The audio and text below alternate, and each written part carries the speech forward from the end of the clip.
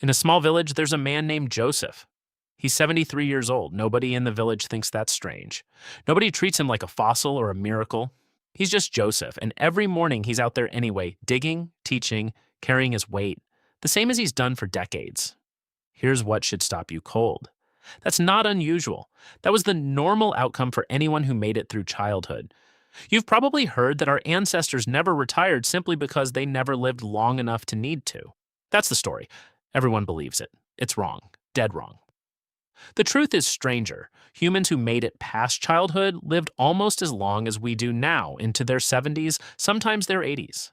And the evidence suggests they weren't built to slow down with age. They stayed useful, maybe even more useful the older they got. The data on this comes from studies of hunter-gatherer groups all the way to modern Japan, and the pattern shows up again and again. So what actually ended the lifelong worker and gave us retirement instead? That's what we're digging into. Start with your genes because this part might surprise you. Before we get into this, it's worth saying up front that some of the research here is genuinely debated among scientists, and the field hasn't settled on a final answer. But even with that caveat, it points to something worth thinking about. Scientists have found a switch inside your body. They call it the conserved transcriptional response to adversity. When you lose your sense of purpose, when you feel alone, when your role in the world disappears, your brain reads that as a kind of danger. So it sends out stress signals. Those signals tell your immune system to shift gears, gearing up for injury instead of illness. Researchers can actually measure this shift by looking at dozens of immune-related genes. Genes tied to inflammation get more active. Genes that help fight off viruses get less active. Some studies have also looked at two kinds of happiness and found different gene patterns linked to each one. One kind of happiness comes from comfort and pleasure. The other comes from meaning and purpose. The studies suggest people who lean more on purpose show a different gene pattern than people who lean more on pure pleasure, even when both groups say they feel just as happy. Again, this specific research has been challenged by other scientists, and the size of the effect is still argued about. But the basic idea that what you do with your time may shape your body in ways you can't see or feel shows up in more places than just this one study. That idea alone is enough to make you wonder who decided people should stop working in the first place. The answer takes us to Germany in the year 1889, and to a man who wasn't really trying to help anyone. His name was Otto von Bismarck, and he had a problem. Workers across Europe were angry. Factories had used them up and thrown them away, and movements pushing for big political change were growing fast. Bismarck knew that punishing these movements wouldn't make them disappear. He needed something smarter.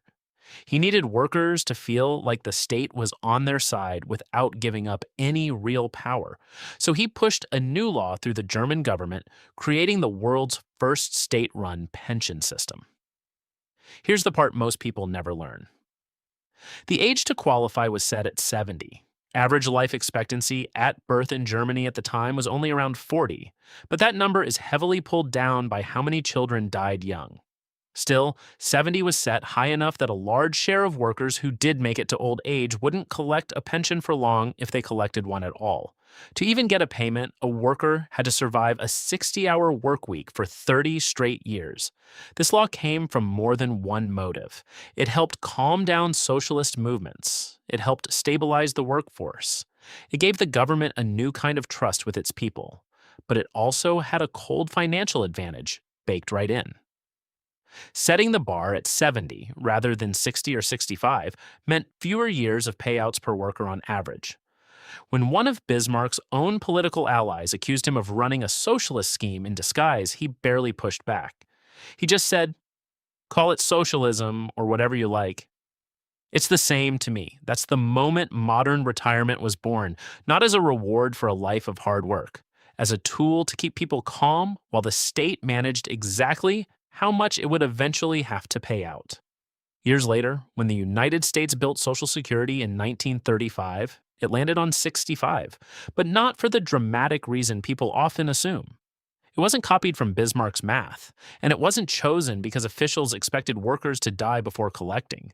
The real reason is more ordinary. About half the state pension systems already running at the time used 65. The country's railroad retirement system had just set 65 the year before, and the committee designing Social Security largely split the difference between 60, which they felt was too young, and 70, which they felt was too old. One of the actuaries who worked on it later called the decision arbitrary, so the number wasn't a cynical calculation this time. It was closer to a rough guess dressed up as policy. Even so, the age 70 set by Bismarck decades earlier had already done its work. It planted the idea that a fixed number, not a person's actual ability to keep working, should decide when someone's contribution ends. And once the science caught up, we started learning what tends to happen to the people who do reach an old age and then stop working all at once with nothing lined up to replace what they lost. Two economists named Suzanne Rowetter and Robert Willis wanted to know something specific. Does the act of retiring itself hurt your brain, separate from normal aging? To find out, they studied 13 countries and used each country's pension rules as a kind of natural experiment, since those rules push people out of work at a set age, no matter how sharp their minds still are. What they found was striking. In countries like France and Austria, where most men in their early 60s are already out of the workforce, memory scores were noticeably lower. In the United States, where more people over 64 are still working, memory decline was slower. The gap was large too. Retirement was linked to nearly a 5-point drop on a 20-point memory test. The evidence suggests retirement itself may speed up this decline, not just old age on its own. It's not only the sudden change that seems to matter. Even before someone actually retires, just knowing their exit date is coming seems to change their habits.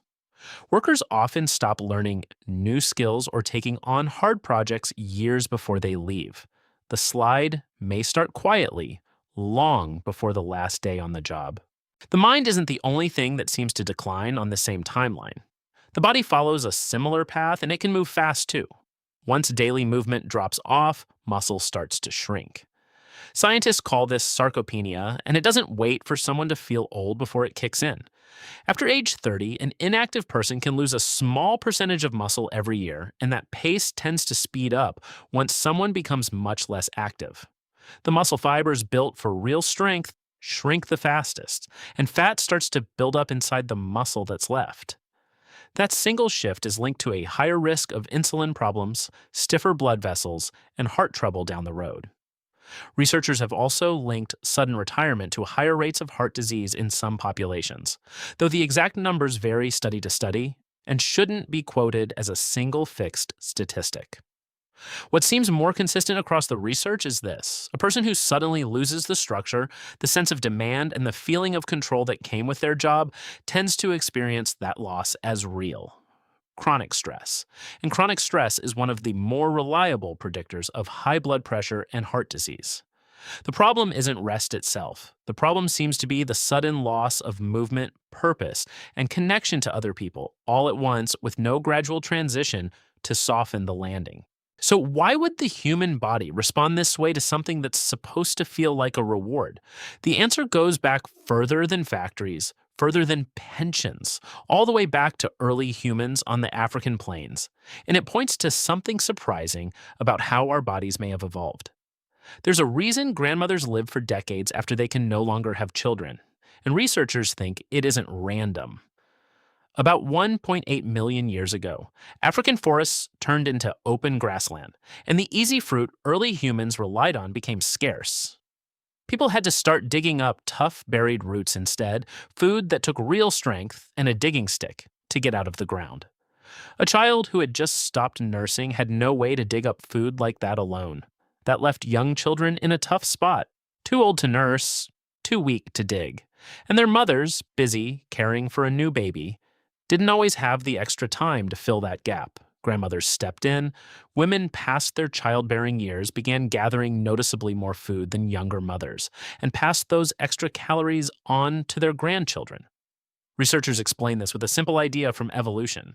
When helping a relative costs you very little and helps them a lot, that kind of helping tends to stick around in a population over time. For a grandmother who was done having kids of her own, the cost was low, and the benefit to her grandchildren was high. Over a very long time, this may have helped stretch human lifespan for both men and women. Men may have faced a similar kind of pressure, just from a different angle. Because male fertility doesn't shut off sharply the way female fertility does, there was reason for evolution to keep older men both healthy and useful too. Not only as providers, but as holders of knowledge nobody younger in the group had gotten the chance to learn yet. There's another idea that adds even more weight to this picture, called the embodied capital theory. It points out that humans don't survive on brute strength alone the way most animals do. Human survival depends on deep, complicated knowledge, tracking animals, understanding seasons, knowing which plants are safe, reading the land. That kind of knowledge takes an extremely long time to build. It isn't something you can learn in a single season or even in your 20s. Something similar shows up when you look at skill instead of raw strength. Human physical strength usually peaks in your mid-20s, but hunting and gathering skill often doesn't peak until your 30s, 40s, or even later. Among the Mbangela Bayaka, people in the Congo Basin, kids start practicing tracking and food gathering early in life, but they don't reach their best skill level until adulthood. Among the Ache people in Paraguay, where hunting takes real expertise, older men often stay valuable as leaders and teachers long after their physical peak has passed. This suggests the most valuable people in an early human group weren't always the youngest or the strongest. They were often the ones with the most experience. The evidence points to a species that stayed useful with age, not one built to fade out early. If anything, the body seems to have been shaped around the opposite idea, that age and value grow together, right up until the very end of life. So if the human body seems adapted for lifelong contribution rather than sudden withdrawal, something must have broken that pattern on purpose. That something arrived with machines. Before factories, growing older looked very different. An older farmer or craftsman didn't have to quit the moment his body slowed down. He simply shifted to lighter work, things like picking seeds, caring for animals, making tools, or teaching younger workers. He controlled his own schedule, so he could scale his work down little by little, matching what his body could still handle. Nobody forced him into a single fixed moment where he stopped being useful. Then the assembly line showed up, and it ended that flexibility fast. A factory line only moves as fast as its slowest worker. There's no room to ease off slowly when every station has to move at the same pace. If one older worker couldn't keep up, the whole line had to stop. So instead of shifting older workers into lighter roles the way farms and workshops always had, factories just let them go. Writers at the time even had a name for where these men ended up. They called it the industrial scrap heap. This shift helps explain why Bismarck's pension became politically important in the first place. Millions of older workers were losing their jobs with no income and few options left, and that kind of widespread hardship tends to create real unrest. The pension wasn't built to solve the problem of getting older. It was built to manage a problem that industrial work itself had created, and to do it as cheaply as the math would allow. Here's the good news. Not every group followed that same path, and some are still around today, showing us what the human body can do when it isn't forced to stop all at once. Take the Simane people of the Bolivian Amazon. They spend less than 10% of their waking hours sitting still. Men walk around 17,000 steps a day on average, and that pace barely slows with age. A study of over 700 Simane adults found that 85% had zero signs of plaque buildup in their heart arteries, the kind of buildup that quietly causes heart attacks in industrial nations. Even past age 75, most still showed no buildup at all. Their arteries may be decades younger than what's typical for an average adult in an industrialized country. Compare that to ancient mummies from Egypt and Peru, where roughly 1 in 3 adults already had this kind of buildup by an average age of just 37, and the difference is striking. In Okinawa, Japan, older people live by a concept called ikigai, which roughly means your reason to get out of bed each morning. Alongside it is the moai, close-knit groups of friends who support each other financially and emotionally for life. Okinawans tend to keep gardening, keep teaching, and keep showing up for their families well into their 90s, often without the sudden social drop that modern retirement can bring. In Sardinia, Italy, shepherds walk 5 or more mountain miles a day well into old age, a level of daily movement that supports the heart without needing a gym or a workout plan. None of these groups retired the way we think of retirement today. They just kept contributing at whatever pace their bodies could handle for as long as they lived, and their health often reflects it.